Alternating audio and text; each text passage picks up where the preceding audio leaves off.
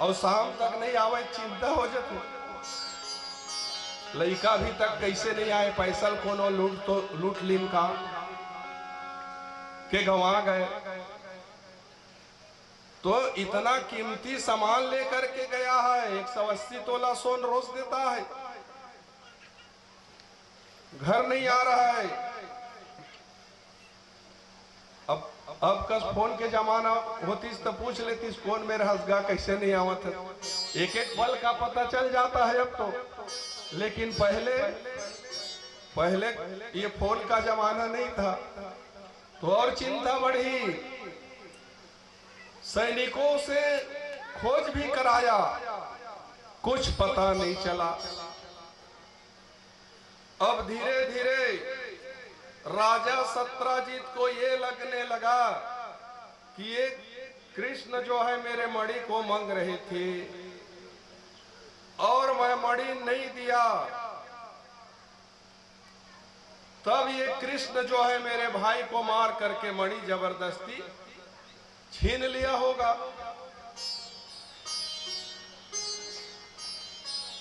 ये मन में आने लगा और अपने मन की भावना को मंत्रियों के साथ व्यक्त किए और धीरे धीरे बात जो है एक से दूसरे के पास, दूसरे से तीसरे और तीसरे से चौथे के पास, और जैसे ही मंत्री के पत्नियों के पास बात गई तो फिर जो बात कहीं माताओं के पास चली जाए तो फिर आधा घंटा नहीं लगता, पूरे गांव में फैल जाता है। जैसे ही माताओं को बात पता चलती है आधे घंटे में पूरे गांव जान लेते हैं कि गांव में क्या हो गया। पूरे चारों तरफ पूरे राज्य में बात फैलने लगी कि ये कृष्ण जो है प्रसेन को मार करके मणि छीन लिया है। अब बात फैलते फैलते भगवान तक चला गया। अब कन्हैया सोचे भैया मैं तो मणि को जानता तक नहीं हूं, मणि को छुआ भी नहीं हूं, लेकिन जबरदस्ती मेरे को कलंक लग गया और समाज में कहीं कलंक लग गया और सम्मानित व्यक्ति है समाज में, कहीं अगर कहूं कोनो गलती करे और वो पंचायत में जाक फैसला करे बैठे तो आदमी कह देते नहीं जाना थनगा तोला तोरो तो नाती ऐसे ऐसे करे है, बोला तय का करे है, सिर झुकाना पड़ता है। सेना साथ लेकर के भगवान प्रसेन को खोजने गए। वन में जब प्रवेश किए ढूंढते ढूंढते ढूंढते ढूंढते ढूंढते ढूंढते जा रहे हैं तो ये प्रसेन का जो घोड़ा है वो मरा हुआ पड़ा था। चलो उसका घोड़ा तो मिल गया। तो घोड़े के जहां पर घोड़े की मृत्यु हुई थी वहां से एक सिंह के चलने का पैर का निशान था। सिंह के पैर के निशान को देखते हुए गए, कुछ दूर में प्रसेन मरा पड़ा था लेकिन मणि नहीं था उसके पास। जांच करके देखे पाकिट वाकिट में शायद मणि को रखा होगा, मणि नहीं है, गले में धारण नहीं किया है। तब सिंह के पैर के निशान को देखते देखते देखते देखते फिर आगे गए तो एक जगह सिंह और रीछ दोनों के पैर का निशान था और वो निशान जो है इधर उधर बहुत धूल उड़े थे। समझ गए कि सिंह और रीछ में युद्ध हुआ होगा और वहां से सिंह के चलने का निशान समाप्त होकर के रीछ के चलने का निशान था। तो रीछ के पैर के निशान को देखते देखते देखते देखते सेना के साथ भगवान आगे बढ़े हैं। वो निशान एक गुफा में जाकर के बंद हो गई और गुफा से तेज प्रकाश निकल रहा है मणि का। भगवान समझ गए रीछ के गुफा में ही मणि है, बहुत प्रकाश आ रहा है। सैनिकों से भगवान बोले तुम लोग यहीं रुको, मैं जा रहा हूं अंदर, मेरा इंतजार करो। भगवान जैसे ही अंदर गए, एक छोटा सा बालक वो मणि को खेल रहा था। जैसे ही भगवान देखे महल में तो कोई नहीं है, अब मणि को ले जाओ। मणि को ले जाने के लिए जैसे उठाने का प्रयत्न किए, अब बालक खिलौना समझ के कोई भी चीज को खेले, छीनोगे तो वो रोने लगता है। छोटे से बालक रोने लगा। उनके रोने के आवाज को सुन करके वो बालक की धाई मां वहां आ गई गुर्राते हुए। जैसे ही गुर्राती हुई आई, भगवान मणि उठा रहे थे। मणि रख करके देखे ये कौन आ रहा है। इतने में वो धात्री को गुर्राते हुए देख करके रीछराज आ गए, और रीछराज आ करके देखे कि एक मनुष्य आया है और मणि को ले जाने का प्रयत्न कर रहा है। आ करके भिड़ गए कन्हैया से। दोनों में द्वंद्व युद्ध होने लगा, मल्ल युद्ध होने लगा। और ये ऋक्षराज और भगवान कृष्ण का युद्ध एक दिन नहीं, 2 दिन नहीं, 3 दिन नहीं, 27 दिन तक चला। लगातार बिना खाए पिए 27 दिन तक लड़ते रहे। युद्ध करते करते करते करते जब 27 दिन हो गया, 28वें दिन भगवान ऋक्षराज पर ऐसा मुष्टिका प्रहार किए, मुक्के से ऐसा मारा कि ऋक्षराज की हड्डी पसली टूटने लगी, और ऋक्षराज का सिर चारों तरफ चक्कर खा के घूमने लगा। पसीना निकलने लगा शरीर से, शिथिल पड़ गया शरीर वो मुक्के के प्रहार से। और हाथ जोड़ करके पूछ रहे हैं कि प्रभु, आप कहीं साक्षात रामचंद्र जी तो नहीं है जो मुझको दर्शन देने के लिए आए हैं? ये ऋक्षराज और कोई नहीं बल्कि जामवंत जी थे, रामा त्रेता युग के। कहीं आप मेरे रामचंद्र जी तो नहीं है जो मुझे दर्शन देने के लिए आए हैं? क्योंकि संसार में मेरे समान कोई योद्धा नहीं है जो मुझसे इतने 27 दिन तक युद्ध कर सके, और जो मुझको युद्ध में इतना शिथिल कर सके। राम रावण युद्ध में जामवंत जी ही एक ऐसे सैनिक थे जो एक बार भी मूर्छित नहीं हुए थे। यहां तक युद्ध की शोभा बढ़ाने के लिए भगवान स्वयं मूर्छित हो गए थे, नागपाश में बंध गए थे राम और लक्ष्मण। एक पल के लिए हनुमान जी भी मूर्छित हो गए थे। लेकिन राम रावण युद्ध में जामवंत ही ऐसे योद्धा हैं जिन्होंने एक बार भी मूर्छा नहीं खाया। और जामवंत जी जिनको जिनको प्रहार किए, जिनके जिनके ऊपर, वो 2-4 घंटे के लिए अचेत ही पड़े रहे। ऐसे योद्धा हैं। और जब राम रावण युद्ध समाप्त हुआ, जीत गए, तो जामवंत बोले महाराज क्या बात है जामवंत जी, कह युद्ध में मजा नहीं आया? कहे अभी तक हमारे हाथ की खुजली मिटी नहीं है, हमारे समान योद्धा कोई मिला ही नहीं। तो क्या करें? भगवान पूछे क्या करें जामवंत जी? एक काम करो भगवान, आप और मैं युद्ध कर लेते हैं, क्योंकि आप ही मेरे समान योद्धा हैं जिसके साथ लड़ करके मैं अपने हाथों की खुजली मिटा सकता हूं। बाकी तो कोई नहीं है जिसको जिसको मैं मुष्टिका से मारा वो अचेत हो गया। आप युद्ध करिए महाराज मेरे साथ। भगवान बोले देखो जामवंत जी, अभी आप मेरे को स्वामी मानते हैं और आप अपने आप को मेरा सेवक मानते हैं, और युद्ध में कहीं तुम हार गए तो क्या कहोगे? वो मैं जानबूझ के हारा हूं क्योंकि आप मेरे मालिक हैं, स्वामी से थोड़े युद्ध जीतूंगा, ऐसे कहोगे।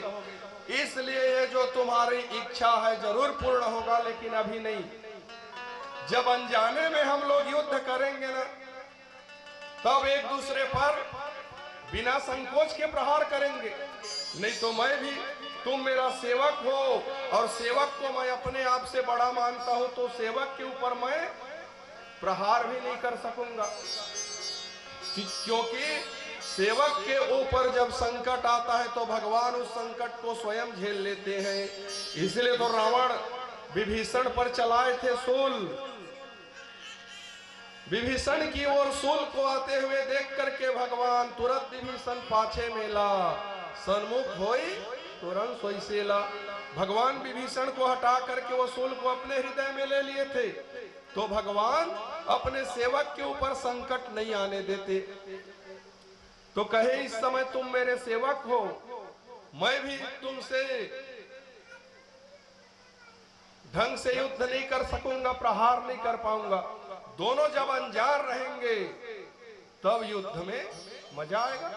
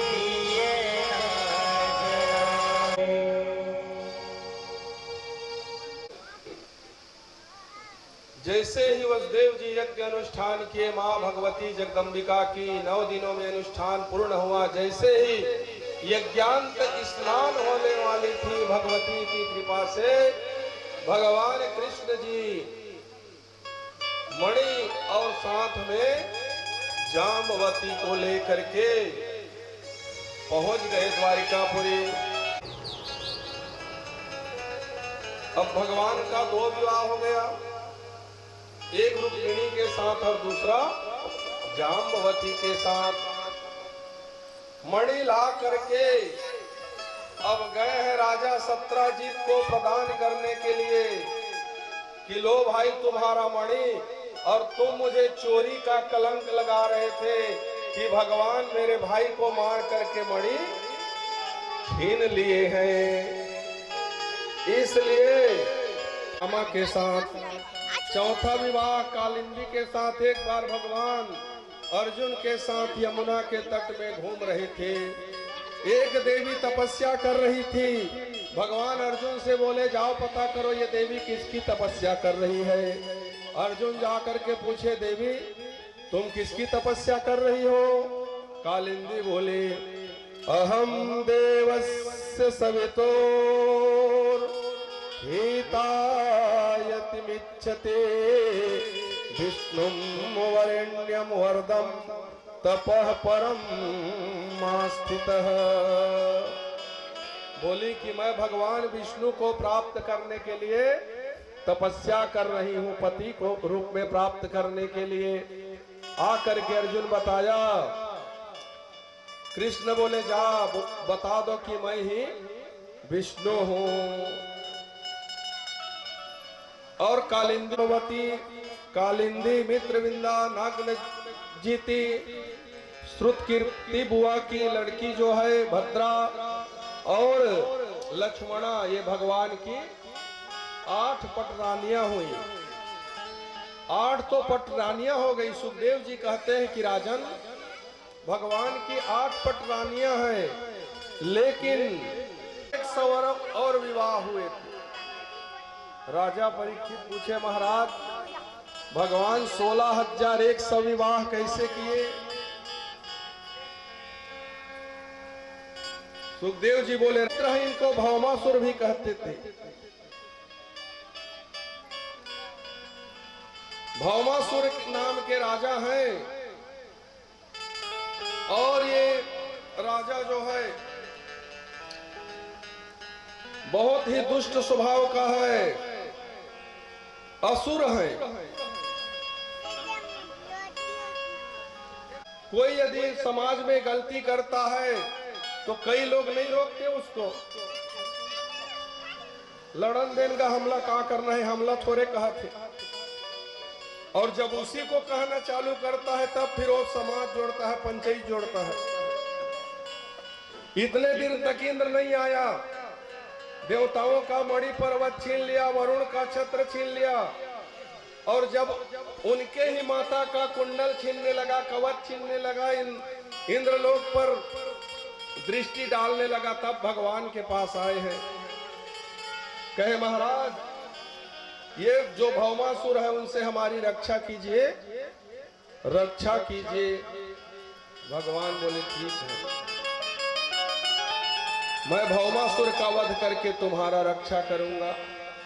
अब भौमासुर का वध करने जाना है। ये भौमासुर भूमि के पुत्री हैं, भूमि के पुत्र हैं भौमासुर। और जब भौमासुर की उत्पत्ति हुई थी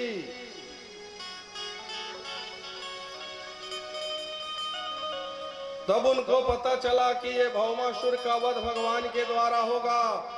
तो माता पृथ्वी हाथ जोड़ने लगे कि प्रभु आपके द्वारा मेरे पुत्र का वध होगा, क्षमा करो क्षमा करो। तो इनको वरदान है कि जब तक उसकी मां नहीं कहेगी तब तक उसका वध नहीं होगा। और किसकी मां कहेगी कि मेरे पुत्र का वध हो जाए? मां स्वयं अपना प्राण त्याग देगी, लेकिन कभी भी अपने पुत्र का अहित नहीं सोचेगी।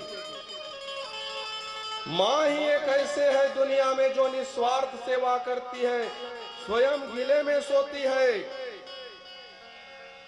अपने संतान को सूखे में सुलाती है, स्वयं भूखी रह जाती है लेकिन अपने संतान को भोजन कराती है, अपने संतान के लिए रात भर उस पर संकट आती है तो रात भर वो जग जाती है,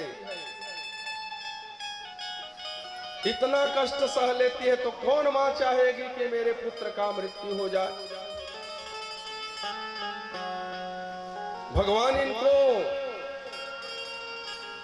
वचन दे चुके हैं कि भूमि जब तक तुम नहीं कहोगी अपने पुत्र को मारने के लिए, तब तक मैं उनका वध नहीं करूंगा। आज सत्यभामा को युद्ध के लिए ले जा रहे हैं, साथ में गरुड़ में सवार होकर के गए भगवान। जो महल है उसमें कई दीवारों से घिरा हुआ है, पर्वत का दीवार है, उसके बाद अस्त्र शस्त्र का, उसके बाद अग्नि की परकोटा है, उसके बाद वायु की, इतने किला से घिरा हुआ है वो। अभेद्य पास से बंधा हुआ है। भगवान सभी किले को काटते हुए भौमासुर के महल में प्रवेश किए। भगवान के जब प्रवेश किए तो ये भौमासुर के मोर नाम के सेनापति है, उनसे युद्ध हुआ। ताम्र, श्रवण इत्यादि 7 पुत्र हैं भौमासुर के, करके युद्ध करने लगे। भगवान कृष्ण और भौमासुर का विशाल युद्ध होने लगा, अस्त्र शस्त्र की वृष्टि होने लगी। बहुत अस्त्र शस्त्र चल रहा था और अस्त्र शस्त्र जब चलता, भगवान की अगल बगल से अस्त्र शस्त्र जो है कान के पास से निकलता था, सनसनाते हुए लगे, गंधर्व गान करने लगे, जय जयकार होने लगे, बोले कृष्ण कन्हैया लाल की जय, वृंदावन बिहारी लाल की जय जयकार हुआ। और भौमासुर के जो पुत्र हैं भगदत्त, उनको राज्य गद्दी में बिठाए भगवान। और ये भौमासुर 16,001 उनको हरण करके ले आए थे और सबसे विवाह करना चाहते थे जबरदस्ती। एक साथ जाकर के कन्याओं को मुक्त किए, राजा की जो कन्या है। भगवान बोले कि देवी तुम लोग जाओ अपने अपने घर। तो वो कन्याएं बोली महाराज हम चल तो देंगे अपने घर, लेकिन ये समाज जो है हमको जीने नहीं देगी महाराज। ये समाज किसी को बहुत जल्दी कलंकित कर देता है, ये समाज किसी को बहुत जल्दी कलंक लगाता है महाराज।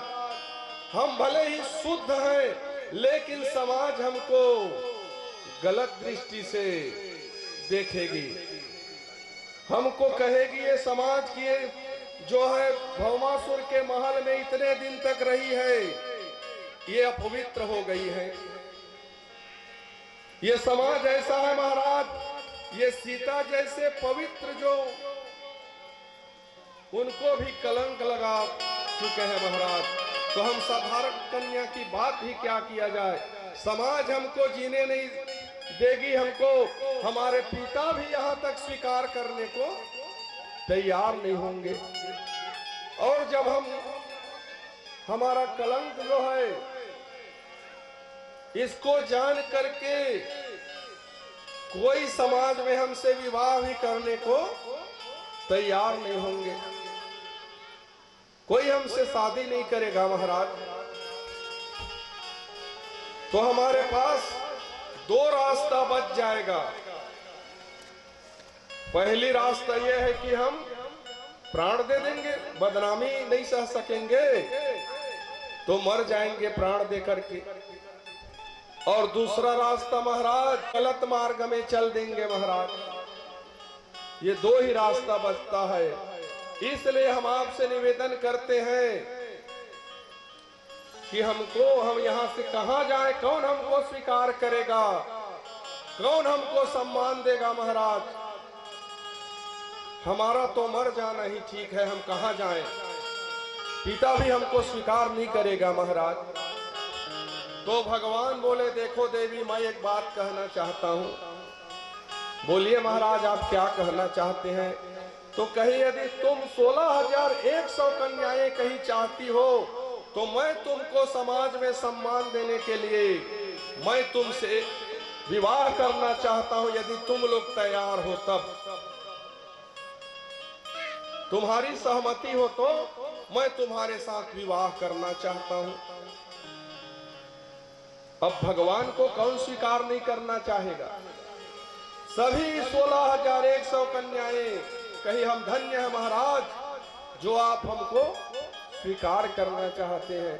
लोग भगवान को कई तरह से कहते हैं कि भगवान तो इतना विवाह किए हैं 16,100 कन्याओं के साथ, तो भगवान कोई कामना की पूर्ति के लिए ये 16,100 कन्याओं के साथ विवाह नहीं किए हैं, बल्कि 16,100 कन्याओं को समाज में ऊंचे स्थान दिलाने के लिए भगवान विवाह किए हैं, ताकि ये कन्या गलत मार्ग में न जाए, समाज इनको सम्मान की दृष्टि से देखे।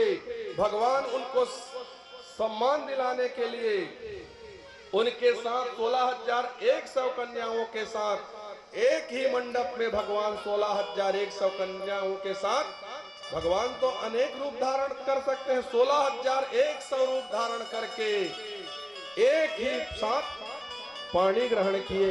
तो इस तरह भगवान के 16,100 रानियां हुई और भगवान के 8 पटरानियां। बोले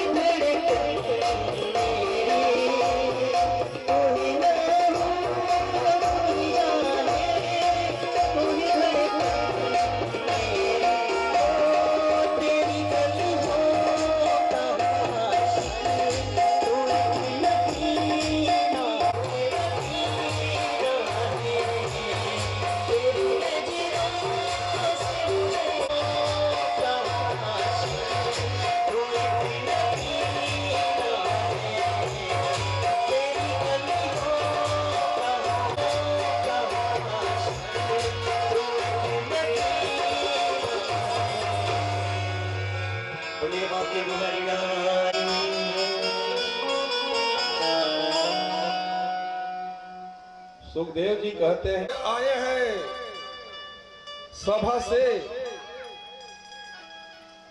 और सीधे पहुंच गए भवन के अंदर। ऐसे बैठ गए जैसे नाराज हैं, नाराज लग रहे हैं। रुक्मणी ने पूछा, प्रभु कैसे चुप बैठे हैं, किस लिए नाराज हैं, क्यों नाराज लग रहे हैं महाराज? भगवान बोले, रुक्मणी तुम्हारी एक गलती हो तो बताऊं। रुक्मणी बोली, गलती?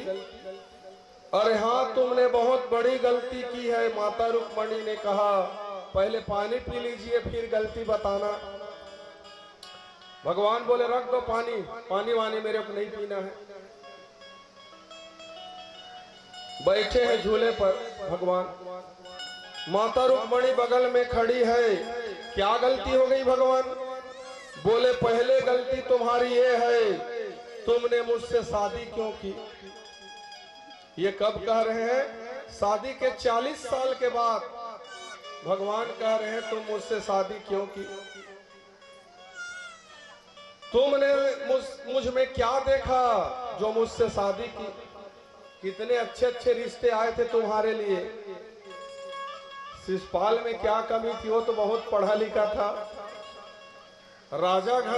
राजघराने का लड़का था, राजा है, जवान था, सुंदर था, पढ़ा लिखा था। उसको क्यों छोड़ा? भगवान इतना कह करके भगवान को लगा कि ऐसा कह रहा हूं तो रुक्मणी नाराज हो गई होगी। भगवान धीरे से मुड़ करके देखे तो माता रुक्मणी भगवान के बात में हंस रही थी, क्रोधित नहीं हुई, कोई फर्क नहीं पड़ा। भगवान फिर गंभीर होकर के कहे, क्यों तुमने मुझसे क्यों की शादी? तुम कहीं कहती हो कि महाराज मैंने आपके सौंदर्य को देख करके विवाह कर लिया, तो भगवान कह रहे हैं, मैं सुंदर भी कहाँ हूं, काला तो हूं, सुंदर भी नहीं हूं, मैं तो काला हूं। और कालिया नाग को नाथने के बाद उसके विष से और काला हो गया हूं, सुंदर भी तो नहीं हूं। और यदि तुम ये कहती हो कि महाराज आपका बहुत अच्छा खानदान है, इसलिए मैं आपसे शादी की हूं, तो मेरा खानदान भी अच्छा नहीं है। लोग ब्याह कब करते हैं? या तो लड़का सुंदर हो, चलो भाई दामाद अच्छा है, दे दिया जाए लड़की, या फिर कई बार चलो सुंदर नहीं है तो क्या हुआ, अच्छा खानदान का है, नामी खानदान है, तो तुम कहिए कहोगी रुक्मणी कि मैं तुम्हारे खानदान को देख करके विवाह कर लिया, तो मेरा खानदान भी अच्छा नहीं है। कोई कहता है वासुदेव नंदन, कोई कहता है नंद नंदन, मेरे माँ बाप का ही पता नहीं है। और यदि ये कहती हो कि महाराज आपका बहुत नाम सुना था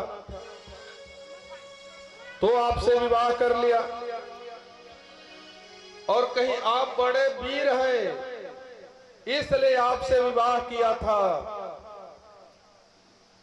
तो कहे मैं वीर भी नहीं हूं, एक नंबर का डरने वाला हूं, इसलिए तो समुद्र के बीच में महल बना के रहता हूं, समुद्र के बीच में महल बना के रहता हूं। और मैं एक बार रण छोड़ करके भाग गया था, तो मेरा एक नाम रणछोड़ भी है, तो एक नंबर का डरने वाला भी हूं, युद्ध मैदान से भागने वाला हूं। और तुम कहती हो कि महाराज मैंने आपका गुणानुवाद सुना है, बहुत चर्चे सुने थे, तो देवी एक बात कहूं, मेरा चर्चा करता कौन है? तुम बुरा मान गई।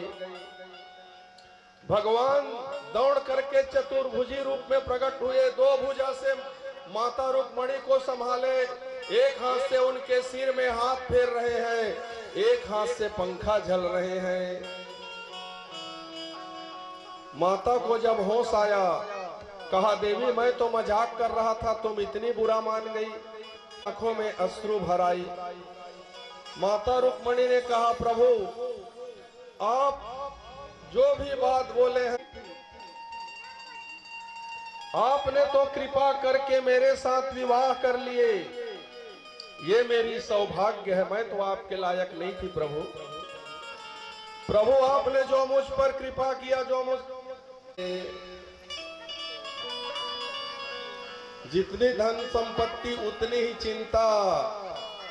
आधे आधे रात तक बैठ के घर में हिसाब करते हैं, कहां से कितना आया, कहां कितना गया। थोड़ा सा सोते हैं, फिर जाग जाते हैं, फिर जाना है व्यवसाय में। दिन भर फुर्सत नहीं मिलता महाराज। रात दिन धन की चिंता, नौकर क्या कर रहे होंगे। जाके देखो ना, बड़े बड़े बस के मालिक दोपहर में घूमते रहते हैं, जा जाके बस के टिकट को जांच करते हैं, कितना सवारी चढ़ा, कितना उतरा। ये ड्राइवर कंडक्टर कुछ खा तो नहीं रहा है, चल रहा है 100 बस, लेकिन चैन उनको नहीं है। इसीलिए कहा गया है संपदो महतामेव चापदः वर्धते क्षीयते चंद्रो न तो तारा गण क्वचित्। जितनी संपत्ति आती है उतनी विपत्ति आती है।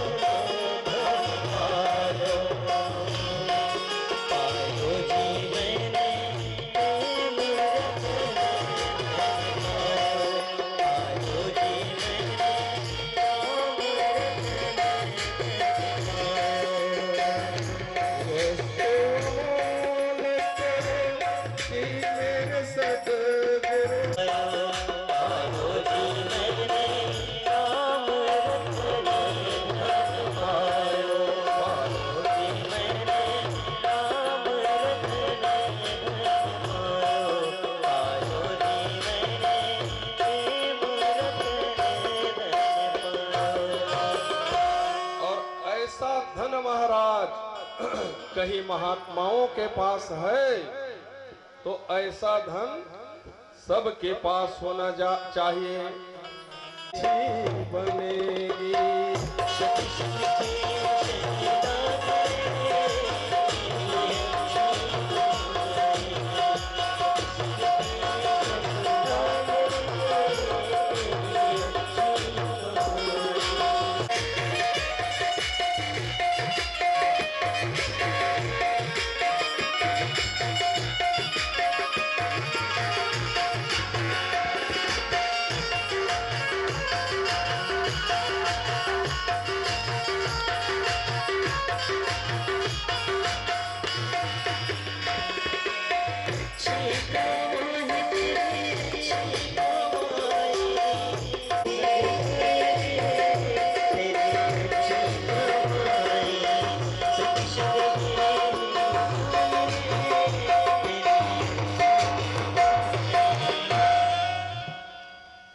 माता रुक्मणी ने कहा कि प्राप्त हो जाए, जिस भूल से गोविंद मिल जाए। इस प्रकार माता रुक्मणी क्रोधित नहीं हुई, बल्कि भगवान के वियोग सुन करके मूर्छित होने लगी। भगवान उनको सांत्वना दिए। उसके बाद सुखदेव जी कहते हैं कि राजन, भगवान के जितने 16,108 रानियां और पटना, भगवान सबका ख्याल रखते थे, सबका ध्यान रखते थे। भगवान कौन कहाँ है, कहाँ गया है, क्या कर रहा है, करने लगे। किसी ने सारथी को मार दिया, कोई रथ में बाण चला दिए, सब एक साथ बाण चला करके सांब को विरथ कर दिया और सांब को पकड़ लिए, ले जा करके बंदी बना लिए। अब ये नारद जी जा करके यदुवंशियों को बतलाए कि तुम्हारा जो पुत्र सांब है उसको कौरव लोग बंदी बना लिए हैं, उसको सम्मान सहित छोड़ दो। अब जैसे ही ये बात को सुने कौरव लोग,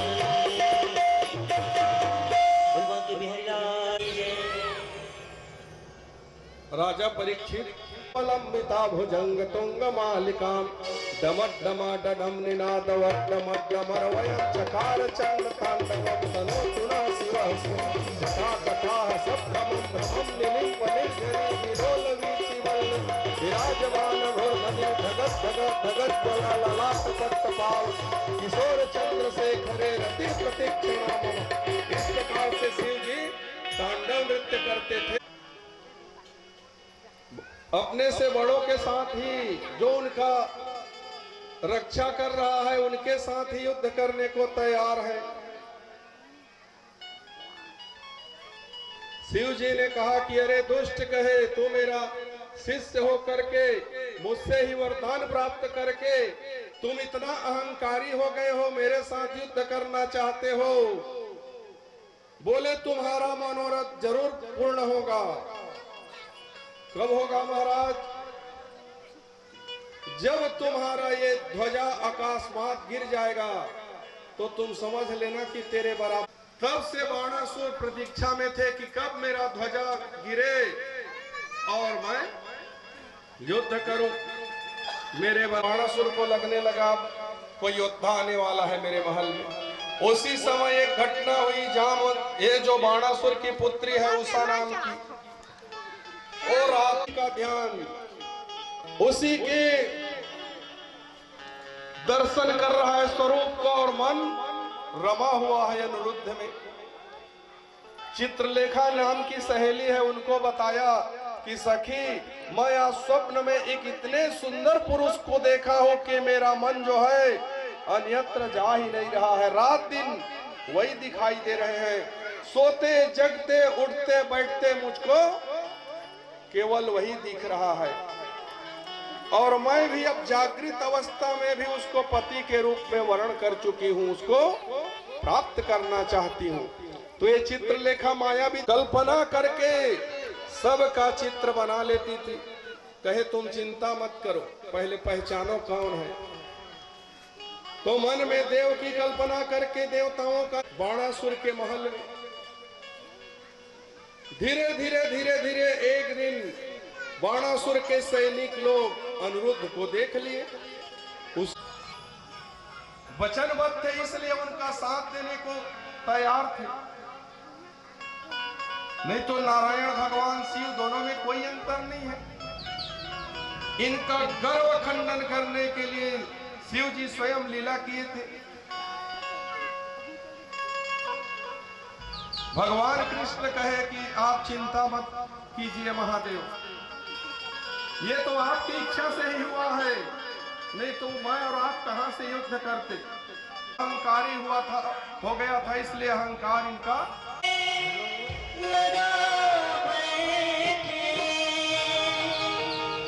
जो होगा देखा जाएगा।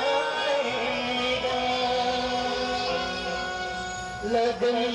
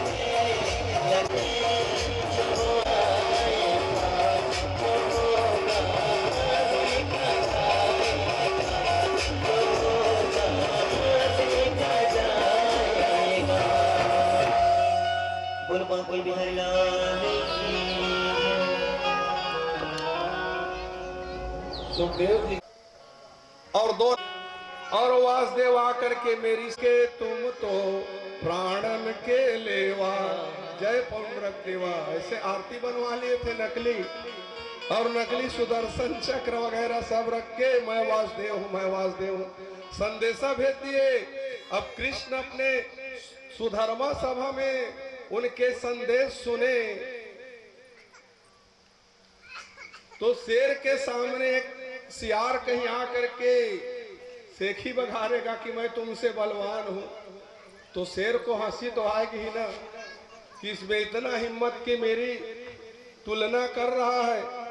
सब सुधर्मा सभा में जितने बैठे हुए थे सब हंसने लगे ठहाका मार मार के। भगवान भी बहुत हंसे कि देखो तो ये वासुदेव बन गया है और मुझे अपने शरण में बुलाया है। अब ठीक है, जब ये बुलाए हैं तो अब जाना ही पड़ेगा भाई, उनका आदेश है, जब वासुदेव है तो जाना ही पड़ेगा, उनके आदेश को मानना पड़ेगा। जा करके देखना चाहिए कि क्या क्या उनके पास कैसा चक्र सुदर्शन है, कैसे चतुर्भुज रूप उनको प्राप्त हुआ है। भगवान गए हैं उद्धव जी के साथ, गए तो देखे पौंडरक जो है नकली चक्र बनाया है, सिंहासन में बैठे हैं, और जा करके जैसे ही वासुदेव को देखे कि अरे कहे तुम तो नकली वासुदेव हो, कहां गोकुल में तुम रात दिन गाय चराने का काम किए हो और अपने आप को यहाँ द्वारिकाधीश बतला रहे हो। मेरी राज्य में तुम सम्मिलित हो जाओ और मेरी आश्रय ग्रहण करो, तब तुमको अभय दान दूंगा, नहीं तो फिर तुम्हारा वध कर दूंगा। अब भगवान बहुत समय तक सुने, लेकिन जैसे ही भगवान को क्रोध आया तो कहा गया है ना, धृति विलास सृष्टि लय हुई। भगवान जब तक मनुष्य अपने आप को कई बार भगवान से भी बड़ा समझ लेते हैं, कई लोग तो कहते हैं कि हम भगवान को जैसे चाहते हैं वैसे हम उससे करा सकते हैं, भगवान हमारे वश में हो गया है। भगवान यदि किसी के वश में होते हैं तो निश्चल प्रेम से होते हैं, किसी मंत्र के वश में आकर के नहीं, किसी शक्ति के वश में आकर के नहीं। भगवान वश में होते हैं ऐसे बात नहीं, लेकिन भगवान वश में कब होते हैं? निश्चल प्रेम में। और जहां व्यक्ति कहीं मंत्र का उपयोग करता है, कई लोग मंत्र का उपयोग करते हैं और कहते हैं कि जितने सब देवी देवता है मेरे वश में है, मैं जैसे पाता हूं वैसे काम कराता हूं भगवान से, तो भगवान उनका भी सहते रहते हैं। बहुत अपशब्द किए ये पौंडरक जो है, लेकिन भगवान कहे चलो अब तुम्हारा अंतिम समय आ गया है, जितना कहना है कह ही लो, इसके बाद कहने के लायक रहने वाले नहीं हो। और भगवान फिर कहे जब तुम असली सुदर्शन चक्र रखे हो तो मेरे नकली सुदर्शन चक्र का ही सामना कर लो। और भगवान अपने सुदर्शन चक्र का स्मरण किए और सुदर्शन चक्र फिर आया। जैसे ही सुदर्शन चक्र घर घर घर घर करते करते आया और जा करके पौंडरक के पास जब एक भावर घुमाना साई से, तब पौंडरक को याद आया, रे असली चक्र सुदर्शन ये है कि मैं जो रखा हूं उसको तो हाथ से चलाना पड़ता, और ये सुदर्शन चक्र जो है उसका स्पीड। और देखते ही देखते ये सुदर्शन चक्र भगवान की आज्ञा से पौंडरक का जो है धड़ से सिर अलग कर दिए, पौंडरक का वध हो गया। लेकिन पौंडरक के शरीर से एक ज्योति निकल करके आकर के भगवान में सम्मिलित हो गई। क्यों? क्योंकि पैर भावना से ही सही दुश्मनी से ही सही, लेकिन नाम तो ले रहा था भगवान का ही। उनका नाम जपत जग जाना,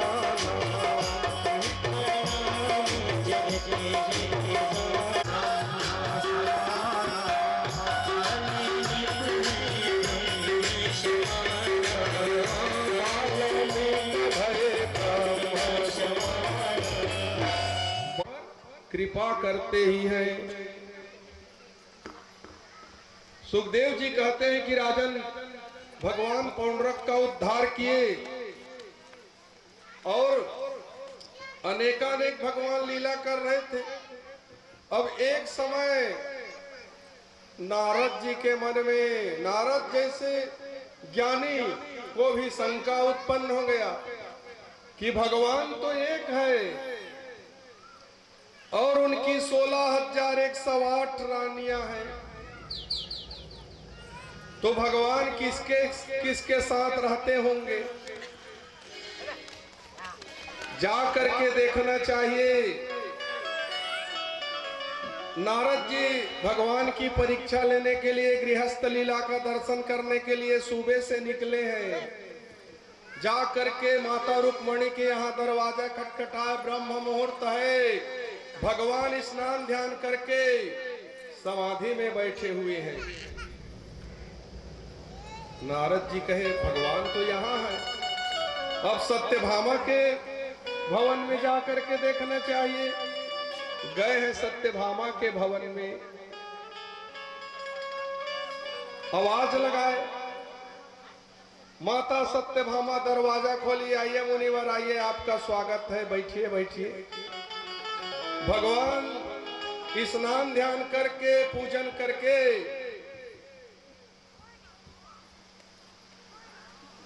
भोजन कर रहे थे। अब नारद जी कह बैठ, नारद कहूँ चाय पी कावे, चाय मेरा माया। अब नारद जी ने कहा नहीं नहीं भगवान, अभी जल्दी में हूँ, अभी बैठने का समय नहीं है, वो तो यहाँ से गुजर रहा था तो आ गया। अब गए हैं जामवंती के भवन में गए, वहां गए तो भगवान बच्चों के साथ खेल रहे हैं। नारद जी कालिंदी के भवन में गए तो नारद जी वहां बच्चे को ज्ञान प्रदान कर रहे थे, पढ़ा लिखा रहे थे। नारद जी फिर आगे बढ़े तो भगवान कहीं ध्यान में बैठे थे, कहीं समाधि में, कहीं योग कर रहे थे, कहीं बच्चों को शिक्षा दे रहे थे, कहीं कोई मिलने आया था उनको सलाह दे रहे थे, कहीं सत्संग कर रहे थे। कोई भवन में, कई भवन में भगवान हास परिहास कर रहे थे। सुबह से लेकर शाम हो गई, नारद जी जैसे ही अंतिम भवन में पहुंचे, भगवान तो सब जानते हैं, आइए आइए मुनिवर, आपका स्वागत है, सायंकाल का समय है, आइए विश्राम कीजिए। नारद जी बोले का विश्राम करो महाराज, विहंगल निकले हो, तोरे दर्शन करत करत थक गए, अब विश्राम करे समय नहीं है, तो ध्यान करे समय आ गए। मुनि महात्मा लोग त्रिकाल संध्या करते हैं। कहे महाराज मेरी मन में संदेह उत्पन्न हो गया था, मैं आपके स्वरूप को जानकर भी माया में पड़ करके आपके परीक्षा लेने के लिए घूम रहा था। और कहे महाराज मैं आपके माया से मोहित होकर के आपके परीक्षा ले रहा था कि आप कहाँ है कहाँ नहीं है। तो महाराज कहे आप तो अनेक रूप आया विष्णवे प्रभु विष्णवे, आप तो आपके तो अनेक रूप है महाराज, क्षमा कर दो क्षमा कर दो। इस प्रकार नारद जी भगवान की गृहस्थ लीला का दर्शन किए और आ गए भगवान से। रुक्मिणी के साथ देखे उनका क्रोध और बढ़ गया। क्यों? क्योंकि रुक्मिणी का विवाह शिशुपाल के साथ होने वाला था, बारात भी चल दिए थे। अब रुक्मिणी के साथ मेरा शादी हुआ रहता, ये भगा करके ले गया, ये दुष्ट है। ये चुने उनका क्रोध का, कहे ये दुष्ट को तुम लोग क्या अग्र पूजा खाली हाथ आया है खान